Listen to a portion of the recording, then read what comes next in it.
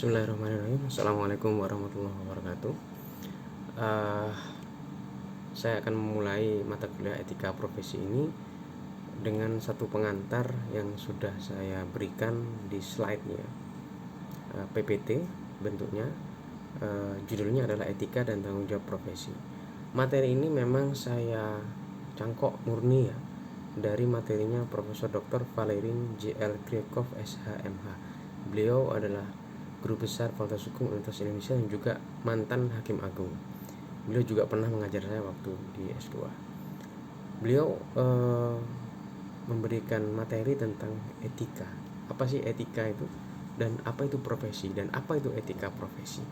Jadi dalam kuliah ini saya akan membahas tentang pendekatan terhadap etimologi, epistemologi, dan asal kata serta definisi-definisi dan penggunaan etika profesi.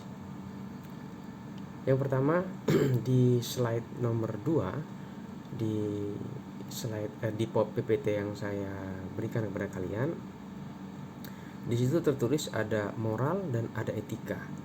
Moral berisi ajaran-ajaran yang berasal dari otoritas lain di luar individu, sedangkan etika adalah filsafat tentang ajaran moral, yaitu ilmu untuk memahami moral yang juga berfungsi untuk memberikan arahan bagi individu. Jadi moral itu lebih bersifat general daripada etika. Jadi etika lebih kepada bagaimana atau filsafat atau tata cara tentang mempelajari moral. Jadi kenapa kemudian etika selalu lekat dengan kata-kata morality? Karena memang etika adalah tools untuk mempelajari atau menuju morality atau cara untuk menegakkan morality. Makanya di kampus kita itu ada slogan knowledge, morality, and civilization. Maksudnya adalah kita atau kalian itu dididik menjadi orang berilmu, orang memiliki knowledge. Tapi tidak cukup. Selain punya knowledge, Anda juga harus memiliki morality. Morality itu adalah standar di atas keilmuan. Anda boleh pintar, tapi kalau nggak punya morality, maka kepandaian Anda atau kepintaran Anda itu tidak berguna. Makanya filosofi Unmu itu ada knowledge di bawah, di tengahnya ada morality, di atasnya ada civilization. Apa civilization? Itu peradaban.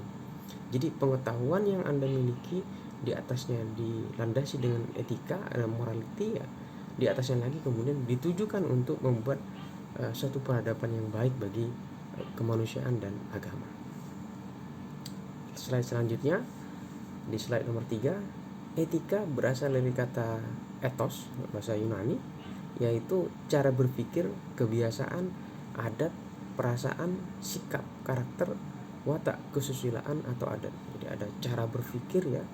Jadi misalnya etika atau ethos ya, cara berpikir tentang sesuatu atau cara berpikir terhadap sesuatu.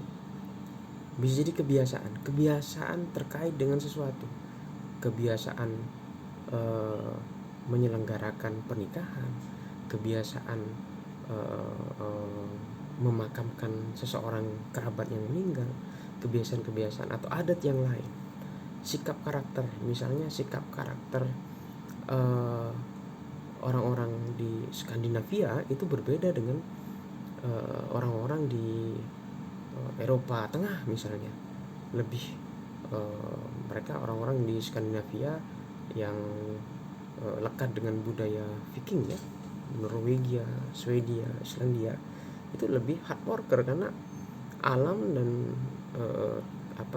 bentang alam mereka memungkinkan mereka memiliki etos yang berbeda dengan orang di tengah Eropa Tengah. Contoh misalnya orang pesisir dengan orang gunung, ada perbedaan standar di dalam etos dalam diri mereka. Watak kesusilaan atau adat di pesisir dengan adat di gunung itu berbeda, atau karakter agraris itu berbeda. Di dalam Kamus Besar Bahasa Indonesia, etika adalah sistem nilai. Juga dimaknai sebagai nilai-nilai atau norma-norma moral yang menjadi pedoman bagi seseorang atau kelompok untuk bersikap dan bertindak. juga merupakan kumpulan azas atau nilai yang berkenaan dengan akhlak atau moral. Ilmu tentang yang baik dan yang buruk yang diterima dalam suatu masyarakat menjadi bahan refleksi yang diteliti secara sistematis dan metodis. Dalam konteks Indonesia, etika sendiri kemudian lebih kepada merujuk kepada morality atau standar-standar moral ya. Kalau di asal katanya etika, etos ya, itu lebih plural, lebih universal. Ada beberapa etos yang kemudian mungkin dianggap tidak memiliki atau memiliki kadar morality yang rendah. Contohnya adalah etos bersuara keras atau bersuara dengan kata-kata yang makian misalnya. Di beberapa negara itu adalah etos yang baik, yang mungkin menyemangati untuk bekerja. Tapi di beberapa kelompok-kelompok tertentu atau wilayah-wilayah tertentu itu bukan pedoman. Jadi tergantung dari situasi dan kondisi masyarakat, moral etik itu dikembangkan atau diterapkan. Dia pasti akan memiliki standar-standar yang berbeda. Kalau misalnya saya, suku saya adalah Madura, bapak saya Madura, ibu saya Madura, tapi saya lama kuliah di Jogja dan juga lama di Semarang, memiliki pengetahuan tentang standar etika morality orang Jawa.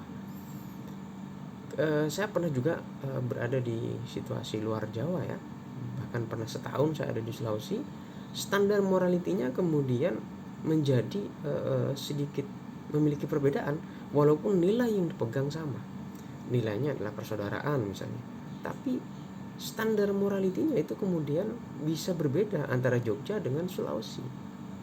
Standar morality persaudaraan itu kemudian menjadi dimaknai secara berbeda. Saya ambil contoh misalnya, kalau kita ditawari makan sama orang Jawa, maka biasanya standar moralitinya adalah menunggu sampai tawaran ketiga baru kita mau.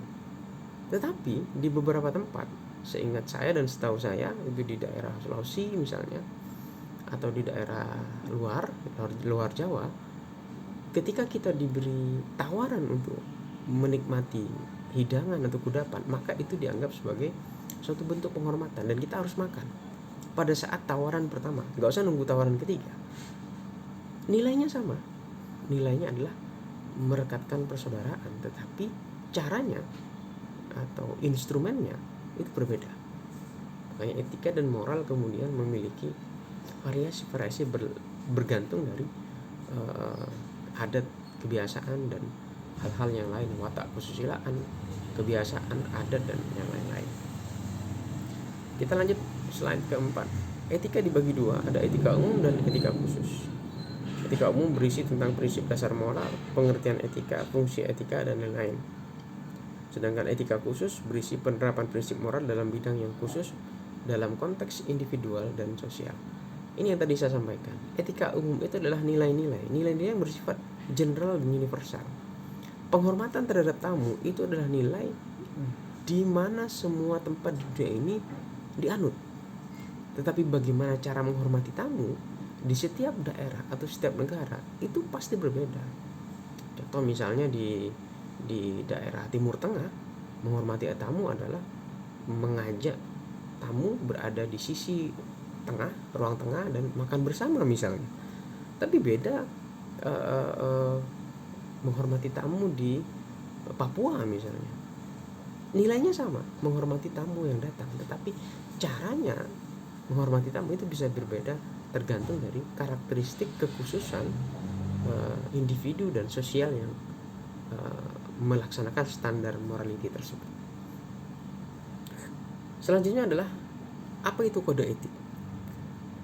Kode etik adalah perwujudan etika dalam bentuk aturan atau code ya.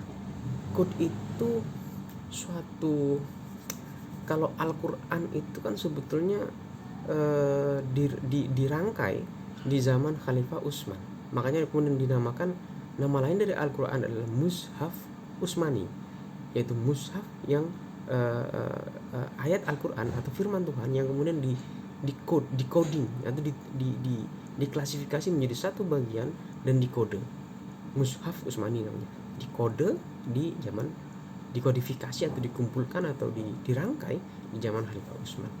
Kode etik adalah etik yang kemudian nilai-nilai etika yang kemudian dijadikan satu, yang kemudian dijadikan sengaja dibuat berdasarkan prinsip moral yang ada pada saat yang dibutuhkan akan bisa difungsikan sebagai alat untuk menghakimi segala macam tindakan yang secara logika rasional umum atau common sense nilai menyimpang dari kode etik. Juga dapat berfungsi sebagai pedoman bertingkah laku yang berdimensi moral. Etika moral seseorang atau suatu masyarakat yang melanggar etika moral belum tentu memiliki unsur atau elemen pelanggaran hukum normatif. Karena nilai atau standar etika moral itu jauh berada di atas hukum normatif. Jadi kalau boleh saya andaikan itu, kalau kita melihat ke arah matahari terbenam, hukum normatif itu adalah horizon tempat matahari itu turun. Nah, etika moral itu berada di atasnya. Jadi seseorang yang melanggar etika moral, maka dia sudah dapat dipastikan kemungkinan besar dia akan melanggar hukum normatif. Tapi kalau seseorang yang melanggar hukum normatif, maka dia belum tentu melanggar hukum, melanggar etika moral. Jadi misalnya, saya ulang sekali lagi ya, karena saya agak miss tadi. Saya ulang sekali lagi. Jadi seseorang yang melanggar hukum, maka dia dapat dipastikan melanggar etika moral. Tetapi seseorang yang melanggar etika moral belum tentu dia melakukan pelanggaran hukum normatif. Contoh misalnya, Anda mahasiswa datang ke kantor saya karena saya suka kopi. Anda datang dan membawa kopi kepada saya. Pak, ini dari saya, Pak. Loh, ini apa? Oh, ya Bapak suka kopi, saya kasih kopi aja. Loh, kamu siapa namanya? X. Kamu lagi kuliah saya enggak? Iya, saya kuliah. Ambil kuliah Bapak di mata kuliah etika profesi misalnya. Nah, itu yang saya maksud dengan suatu perbuatan yang melanggar etika tetapi tidak melanggar hukum. Kopi tersebut Anda dapat dari kebun Anda sendiri, tidak mencuri, tidak menggelapkan. Anda petik sendiri, diberikan ke saya dalam keadaan ikhlas, tidak terpaksa. Tetapi menjadi bermasalah ketika Anda memberikan kepada saya dalam keadaan saya menjadi dosen Anda. Maka saya kemudian terikat ya, dalam tanda kutip, waduh, saya udah dikasih kopi nih, nggak enak. Maka disitulah ada situasi di mana ada kemungkinan saya melanggar etika profesi. Saya sebagai dosen tidak boleh menerima apapun kecuali Anda menawarkan, Pak, saya punya kopi, Bapak mau beli nggak? Oke, saya beli. Berapa harganya? Oh, standarnya 60.000 Pak, untuk Bapak saya diskon deh 5%. Itu bisnis as usual. Saya membeli kepada Anda. Pun Anda menjual kepada orang lain selain kepada saya pun juga bisa dengan harga segitu. Nah, oleh karena itu ada beberapa perbuatan-perbuatan tertentu yang bisa jadi melanggar etika tetapi tidak melanggar hukum. Tetapi kalau Anda sudah melanggar hukum, itu sudah pasti melanggar etika. Jadi fungsi etika moral sebetulnya adalah untuk menjadi semacam penyaringnya, agar seseorang yang memiliki profesi itu tidak terjerembab jatuh ke dalam suatu perbuatan melawan hukum atau melanggar hukum. Contohnya hakim misalnya. Hakim sukanya karaoke. Karaoke maksudnya dalam hal yang positif ya. Dia nongkrong di tempat karaoke, yang punya karaoke memberikan diskon, memberikan semacam privilege. Ya itu wajar as usual, tapi menjadi tidak wajar ketika menggratiskan dan beberapa saat kemudian orang tersebut memiliki perkara di pengadilan. Jadi repot. Bagaimana hakimnya akan memutus nggak enak ini gimana, memutus yang sebenarnya ini dia sudah memberikan servis yang lebih. Oleh karena itu etika menjadi penting dalam situasi-situasi rumit seperti itu. Makanya menjadi dosen sekalipun itu tidak semudah yang kalian bayangkan. Ada perasaan yang harus saya jaga. Misalnya Anda atau kalian datang ke saya membawa sesuatu yang sangat saya sukai, dan saya memang butuh kopi Arabica misalnya. Anda datang ke saya, Pak, Pak ini kopi Arabica bagus Pak, ini premium. Saya berusaha semaksimal mungkin untuk memperlakukan Anda bukan sebagai seorang mahasiswa yang sedang memberi, tetapi saya akan perlakukan Anda sebagai seorang penjual yang menjual kepada dosennya.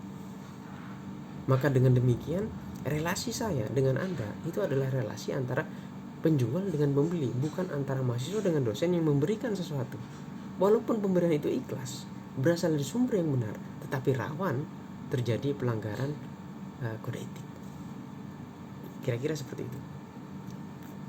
Kemudian di slide ke-6 dijelaskan tentang maksud dan tujuan kode etik, yaitu untuk mengatur dan memberi kualitas kepada pelaksanaan profesi, serta untuk menjaga kehormatan dan nama baik organisasi profesi, serta untuk melindungi publik yang memerlukan jasa-jasa baik profesional. Jadi profesi itu memang harus dilindungi kode etik supaya orang-orang yang memiliki profesi tertentu itu tidak semena-mena.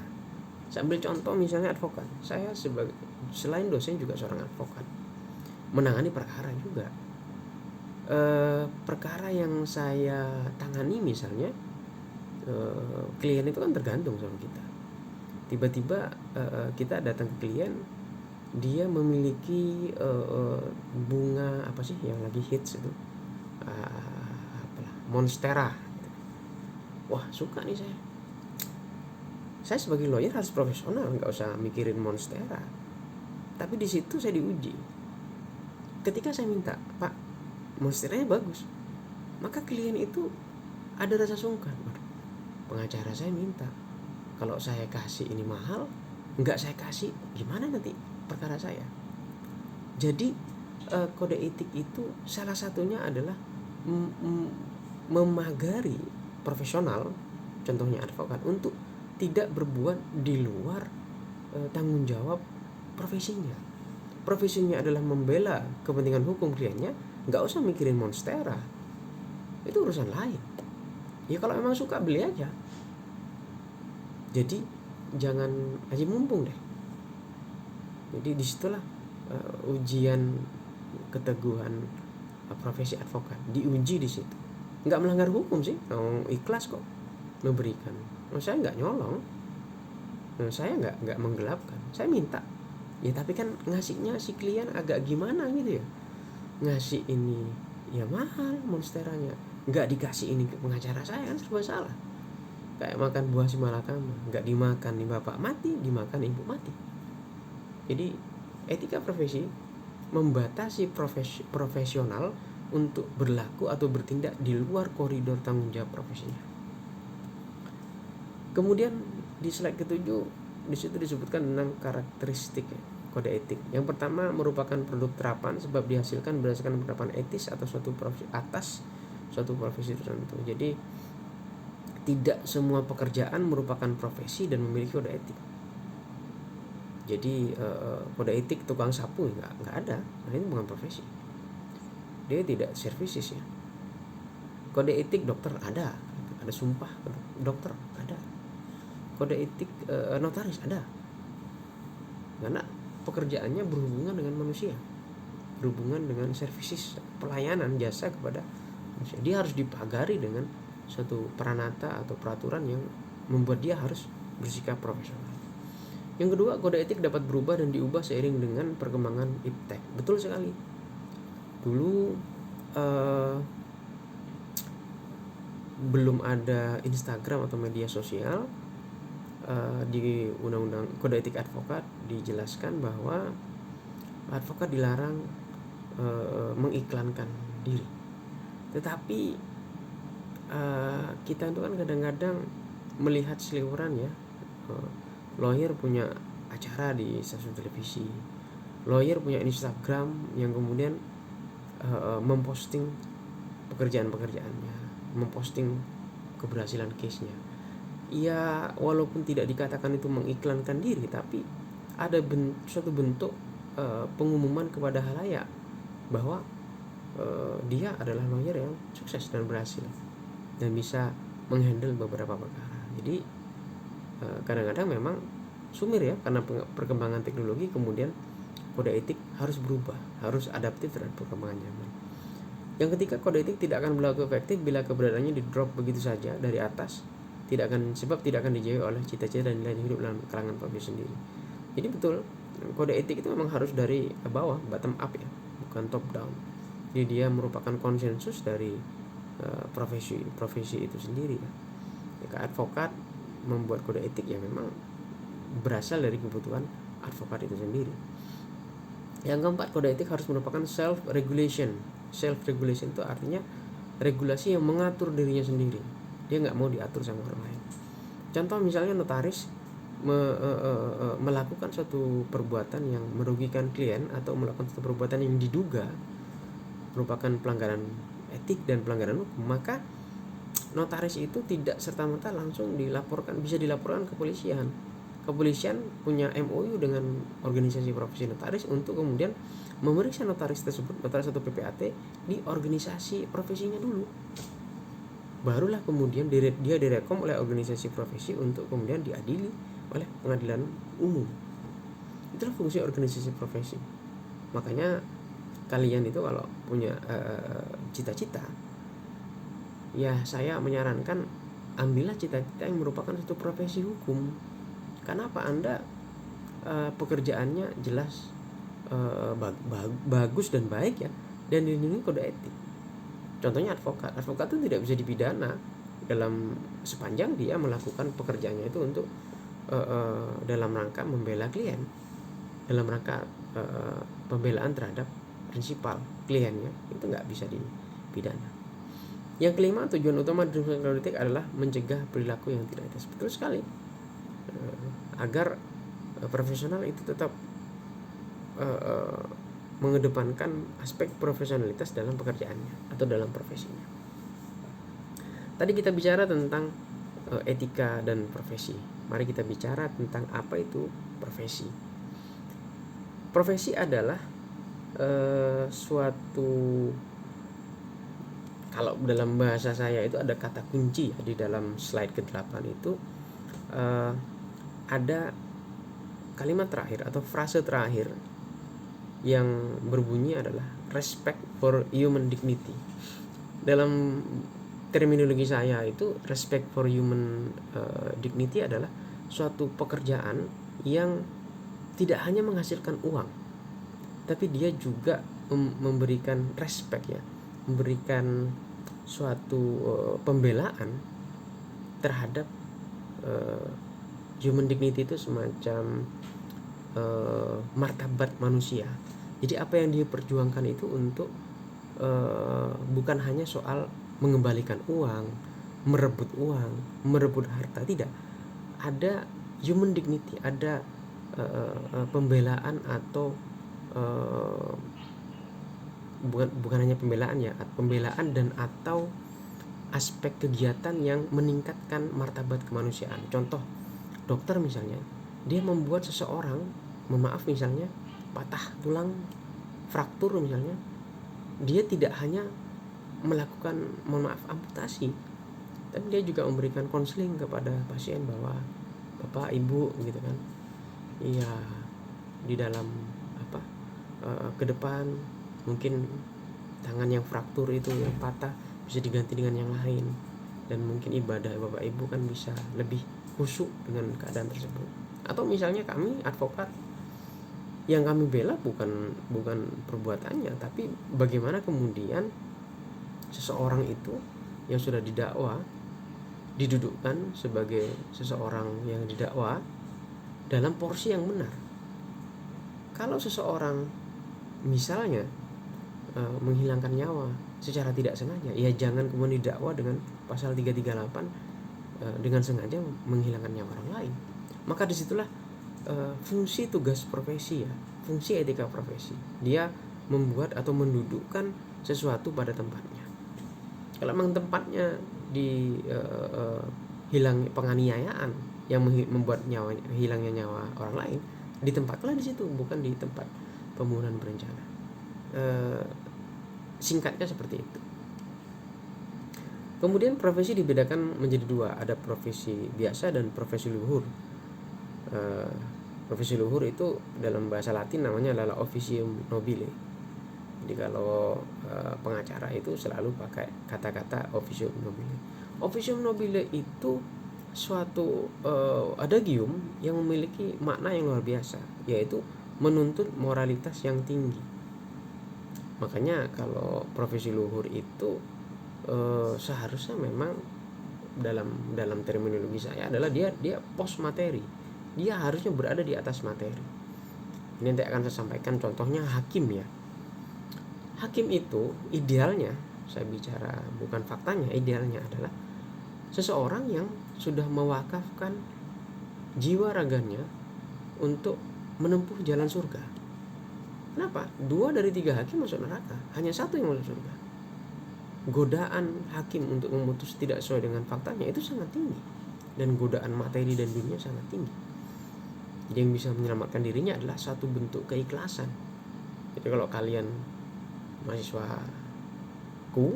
saya ya, saya doakan kalian bisa jadi hakim misalnya, maka wakafkan diri kalian kapanpun kalian mati.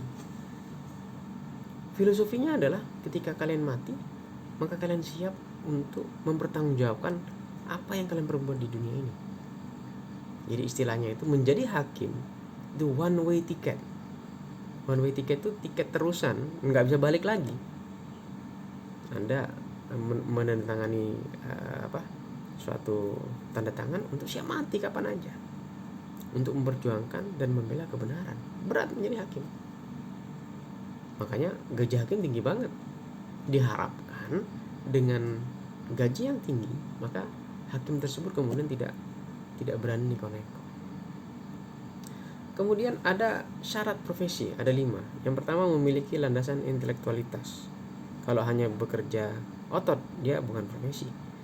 Kemudian yang kedua, memiliki standar kualifikasi. Nurse misalnya, perawat itu harus memiliki ujian nurse. Notaris ada ujiannya, advokat ada ujiannya, ada standar kualifikasi. Yang ketiga, ada aspek pengabdian pada masyarakat. Kami advokat ada kewajiban di Undang-Undang Advokat dan Kode Etik untuk melayani secara pro bono. Itu wajib. Kemudian yang keempat, mendapat penghargaan di tengah masyarakat. Penghargaan itu maksudnya bukan dalam bentuk plakat atau medali, tidak. Tetapi penghargaan tersebut berasal dari pengakuan masyarakat bahwa profesi-profesi tertentu itu mendapatkan tempat di hati masyarakat. Sama seperti misalnya kayak kita melihat ustadz ya. Ustadz itu apapun ceritanya adalah orang yang memiliki nilai agama atau pengetahuan agama yang lebih daripada kita. Itu guru SD gitu kan, guru TK.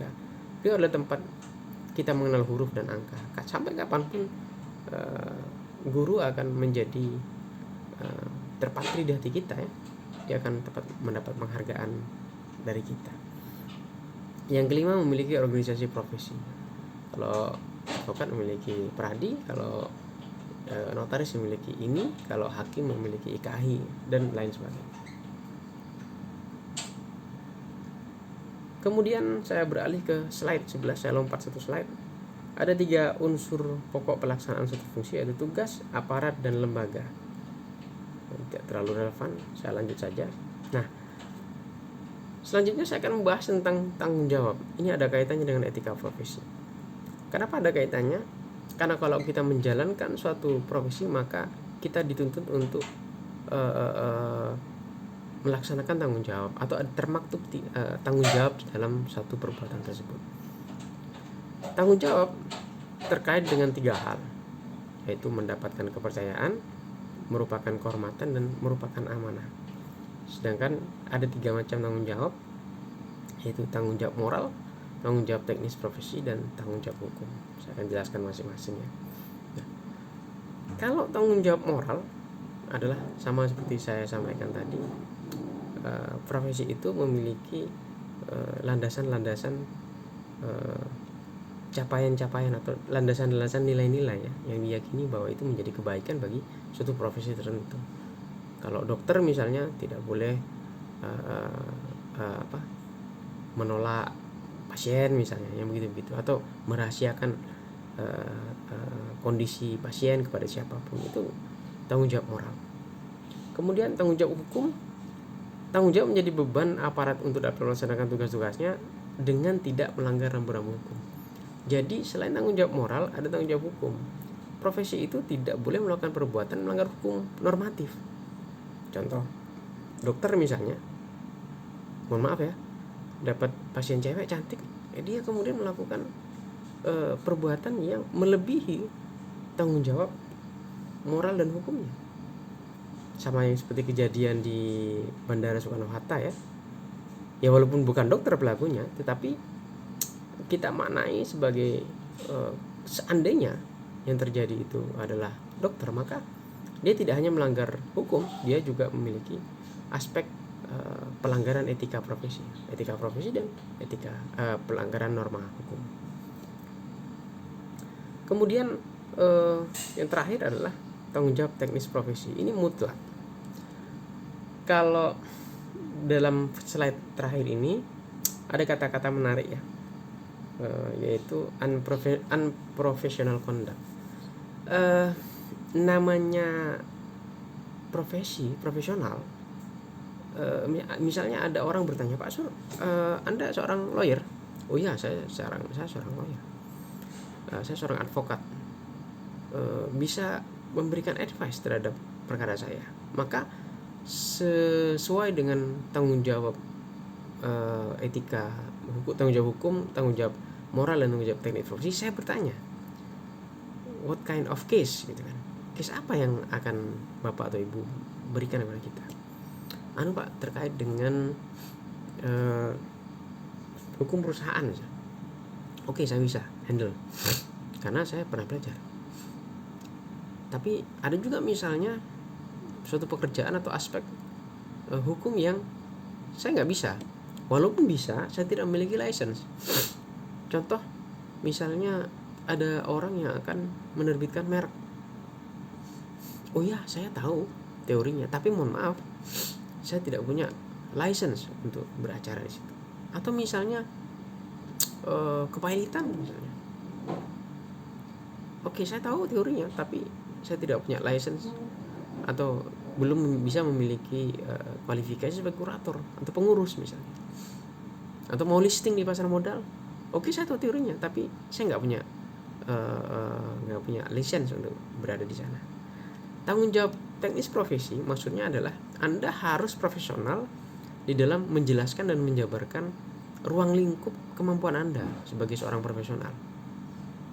Disitulah Anda akan berbeda dengan profesi-profesi lain, karena profesional itu diukur dari bagaimana kemampuan dia menyelesaikan masalah-masalah terkait dengan profesionalitas dia. Di dalam slide ini ada kata terakhir yang menurut saya kata kunci di situ ya, yaitu unprofessional conduct. Dalam bahasa saya artinya suatu pendekatan atau perbuatan yang menunjukkan sikap unprofesional atau enggak profesional. Contoh misalnya dia handle perkara, oke, saya akan handle Anda Bapak gitu kan, menjadi kuasa hukum di pengadilan. Kemudian advokat tersebut tidak paham perbedaan subjek hukum orang dengan badan hukum misalnya. Kemudian dia memperlakukan badan hukum itu seperti individu. Maka di situ ada suatu pendekatan yang unprofesional. Jadi Anda tidak profesional di dalam menjalankan tugas sebagai seorang pengacara. Atau contoh misalnya notaris tapi masih belum PPAT, tapi Anda bertindak act like PPAT, itu juga unprofessional conduct. Bahkan mungkin ada pelanggaran hukum di situ. Advokat misalnya belum pernah beracara atau belum pernah handle perceraian misalnya. Anda mengatakan beres Pak, saya akan handle perceraian non muslim misalnya. Oh gampang, itu sama kayak perceraian Islam. Kalau Anda memang tidak bisa, tidak pernah, maka perbuatan Anda mengatakan beres Pak, bisa saya, itu suatu pendekatan atau perbuatan unprofesional. Artinya unprofessional conduct itu adalah suatu pendekatan atau suatu perbuatan yang tidak sesuai dengan profesionalitas profesinya. Kalau Anda memang advokat yang mampu di suatu bidang, ya Anda hanya di situ. Tapi kalau memang Anda tidak mampu di bidang tertentu, ya udah jangan maksa. Jangan pakai teori palu gada, apa lu minta gua ada, jangan begitu. Profesional harus mampu untuk memilah dan memilih. Bahkan saya contohkan, advokat itu boleh kok menolak perkara dalam hal memang tidak sesuai dengan hati nuraninya. Saya ambil contoh, ada beberapa rekan advokat kami yang tidak pernah mau handle perkara korupsi. Sampai kapanpun dia nggak pernah. Karena dia berpendapat korupsi bagi saya sudah melukai hati dan perasaan saya, Pak. Jadi sampai kapanpun saya tidak akan pernah mau menjadi lawyer di bidang korupsi. Atau misalnya narkoba, ada lawyer yang memang merasa bahwa dia tidak ingin menghandle kasus-kasus seperti itu karena bertentangan dengan hati nurani, dan itu boleh.